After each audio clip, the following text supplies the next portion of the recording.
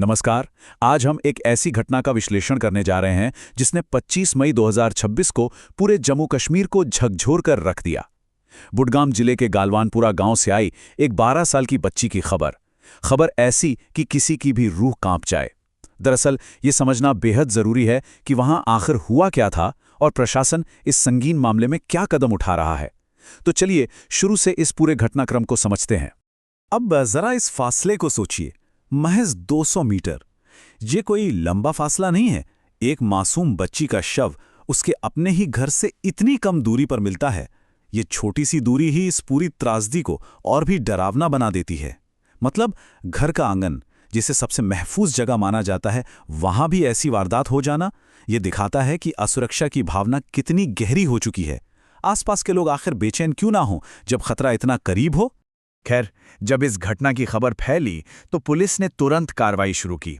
SSP Budgam Hariprasad के ने जानकारी दी कि सारी मेडिको लीगल फॉर्मेलिटीज वक्त पर पूरी कर ली गई हैं। उन्होंने एक बेहद गंभीर बात कही है। उनका मानना है कि प्रथम दृष्टया यानी प्रिमा फेसी ये एक बलात्कार और हत्या का संगीन मामला लग रहा है।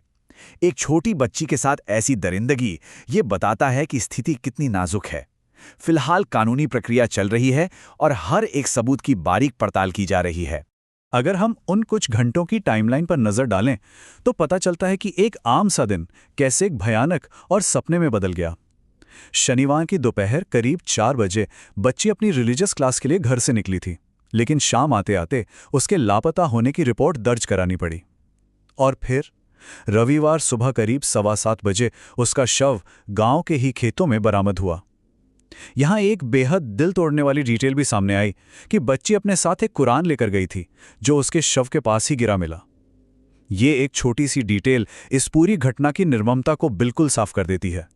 जाहिर है, इतने संगीन मामले में तुरंत और ठोस एक्शन की जरूरत थी। इसलिए पुलिस ने बिना वक्त गवाए एक स्पेशल इन्वेस्टिगेशन टीम यानी एसआईटी का गठन कर दिया है। ये टीम हर एंगल से एक निष्पक्ष और पारदर्शी जांच कर रही है। साथ ही पुलिस ने आम जनता से एक बहुत जरूरी अपील की है कि लोग अफवाहें ना फैलाएं। बिना पुष्टि किए किसी भी जानकारी पर विश्वास करना या अनुमान लगाना ये जांच में बाधा तो डालता ही है, साथ ही पीड़ित परिवार के दुख को और बढ़ा देता है। कानून अपना काम जरूर कर रहा है, लेकिन स्थानीय लोगों के दिलों में जो घबराहट है उसे समझा जा सकता है। गलवानपोरा गांव के एक बुजुर्ग ने जो कहा वो हर किसी के असमंजस को बयां करता है। उनका कहना था कि आसपास इतने सारे घर हैं, घनी आबादी है, फिर भी किसी को समझ ही नहीं आ रहा कि आखिर बच्ची अचानक गायब कैसे हो गई। ये दर्शाता है कि वो इलाका जिसे लोग अब तक पूरी तरह सुरक्षित मानते थे, वहां अब एक डरावना सन्नाटा फैल गया है। और यही सन्नाटा और असमंजस अब आक्रोश और गुस्से में तब्दील हो गया है। लोगों की सिर्फ एक मांग है, इंसाफ। वो चाहते हैं कि कातिल को तुरंत पकड़ा जाए। गांव वालों का ये गुस्सा बिल्कुल स्वाभाविक है। जब समाज को ये लगने लगे कि उनके अपने आंगन में खेलने वाले बच्चे भी महफूज नहीं हैं, तो लोगों का प्रदर्शन करना और प्रशासन से सख्त कार्रवाई की उम्मीद करना पूरी तरह से लाजमी हो जाता है। इस पूरी त्रासदी ने न सिर्फ आम लोगों को बल्कि राजनीतिक गलियारों को भी एकजुट कर दिया है।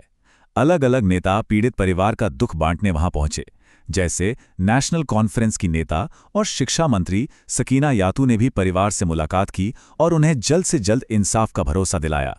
ऐसे मुश्किल वक्त में जब सरकार और नेता सहानुभूति दिखाते हैं तो लोगों का जांच प्रक्रिया पर एक भरोसा बना रहता है कि हां, आखिरकार इंसाफ जरूर मिलेगा।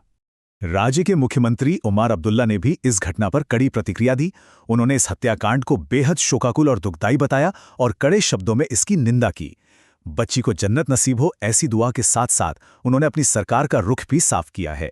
उनका वादा है कि जांच एजेंसीज को पूरी मदद मिलेगी और दोषियों को ऐसी मिसाल बनने वाली सजा दी जाएगी जो किसी को भी ऐसा गुनाह करने से पहले 1000 बार सोचने पर मजबूर कर दे। इस विश्लेषण को खत्म करने से पहले एक बार उस चुभने वाले सवाल पर जरूर गौर करना चाहिए जो मुख्यमंत्री ने भी उठाया है। एक समाज के रूप में हम आखिर जा कहां रहे हैं?